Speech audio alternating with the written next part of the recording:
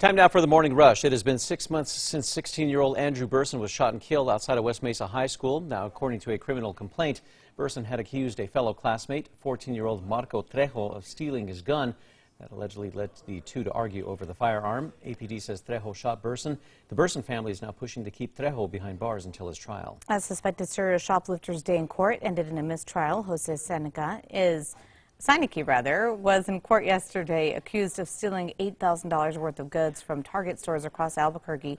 The state brought in Target employees as witnesses during the trial, but during questioning, his lawyers had an objection to the interaction and filed a motion for mistrial in response to a line of questioning. The judge in that case ruled the defendant's due process rights were violated, declaring a mistrial.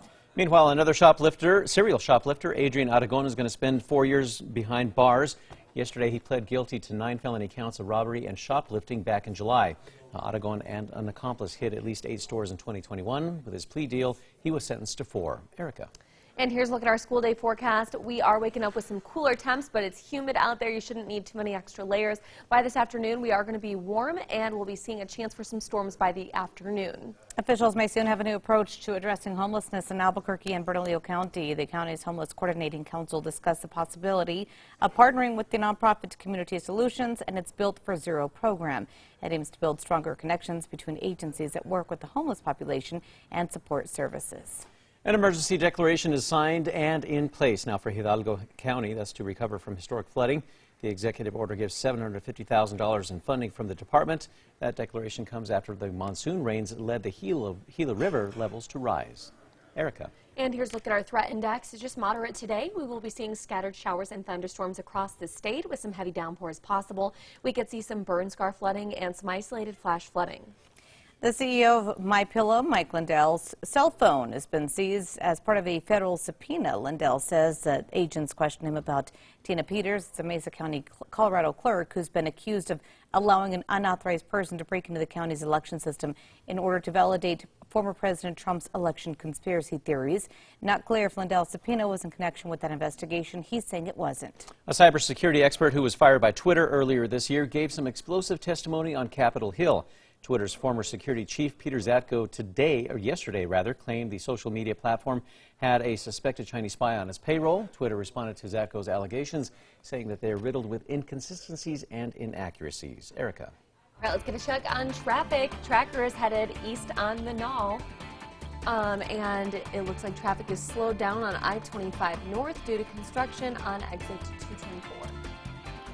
An Army veteran is now walking for the first time in almost 10 years. It's all thanks to an exoskeleton. Richard Nider suffered a spinal cord injury while serving in Iraq and was confined to a wheelchair for almost 10 years.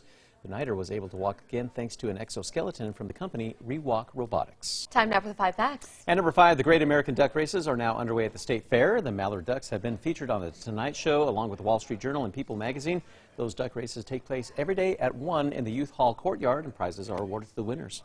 Number 4, new ramp aimed at filtering people out of Balloon Fiesta Park quickly is open this morning. The new ramp on Pasadena Avenue, that's just south of Tramway, now provides an offshoot right onto the interstate. It's expected to alleviate the traffic problems after Fiesta when thousands leave at once. And at number 3, we will be seeing storms across the state again today with a chance for those isolated storms in the metro by the afternoon. Number 2, Albuquerque and Bernalillo County officials continue looking for solutions and a new approach to addressing homelessness in the metro.